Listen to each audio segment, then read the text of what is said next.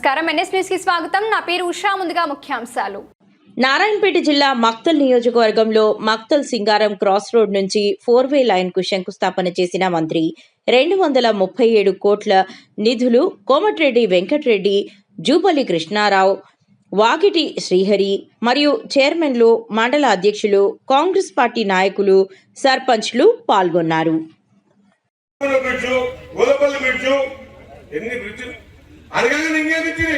ఆత్మకూరు మండలంలో కొత్తపల్లి కలిసి ఆత్మకూరుకి గొప్ప 123 కోట్ల బ్రిడ్జ్.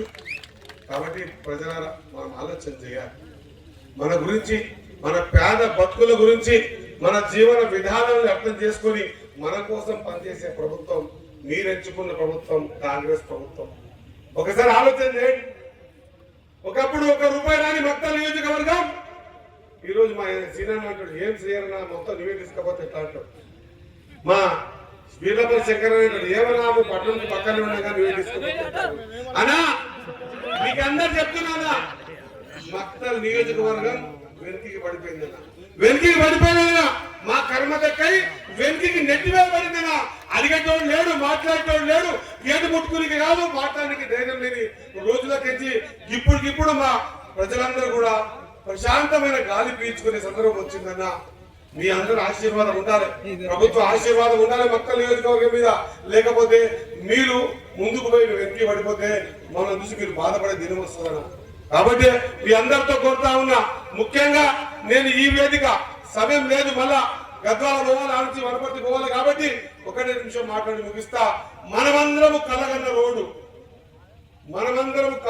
రోడ్డు అసలు ఇంకా చాలా మందికి ఇండ్ల సన్న బియ్యం ఇచ్చి ఆర్టీసీలో టికెట్ లేకుండా ఈ రోజు కరెంటు 200 యూనిట్లు ఇవన్నీ లెక్క చెప్తే 50,000 కోట్లు ఇలా సంవత్సరానికి ఖర్చు అవుతున్నది.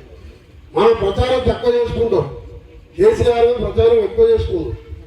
ఇవాళ రైతు భరోసా ఇంత ఇబ్బంది ఉన్నా చెప్పిన మాట ప్రకారం 6,000 రూపాయల ఎకరాల వేసినాం అనేదా.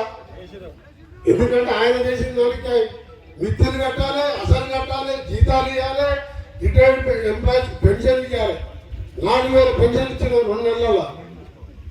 అందుకనే ఆ పార్టీ గురించి మాట్లాడడం టైం వేస్ట్ అని నేను అందరికి చెప్తున్నా. మా నాయకులు ఛాలెంజ్ చేస్తుంటే కూడా నేను అన్నా, బీఆర్ఎస్ పార్టీ పేరు మార్చుకుంది. కాంగ్రెస్ పార్టీ 150 ఏళ్ళ చరిత్ర, ఇవాళ పార్టీ పేరు మారుతారా?